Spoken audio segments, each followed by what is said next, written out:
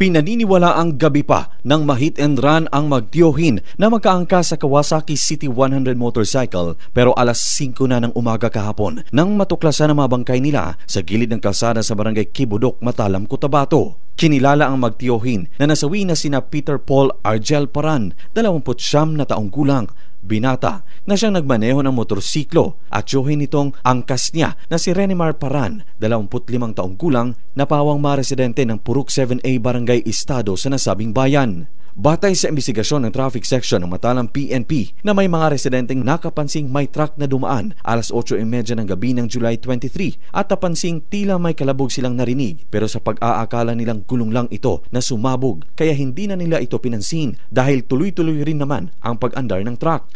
Nagulantang na lang sila kinaumagahan na may bangkay ng 2 lalaki ang nasa gilid ng daan na lubhang napuruhan sa ulo at bali ang mga kamay at paa habang nasa di kalayuan ng kanilang wasak na motorsiklo. Pinaniniwala ang nagulungan ang magtiyohin ng truck.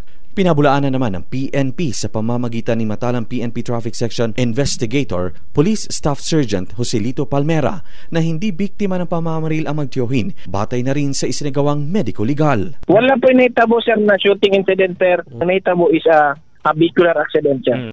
Sa ngayon ay may person of interest na sila sa insidente at panawagan nilang sumuko na ang driver at managot sa kanyang nagawa. Luigi Alan Tutor, NDBC, Bida Balita.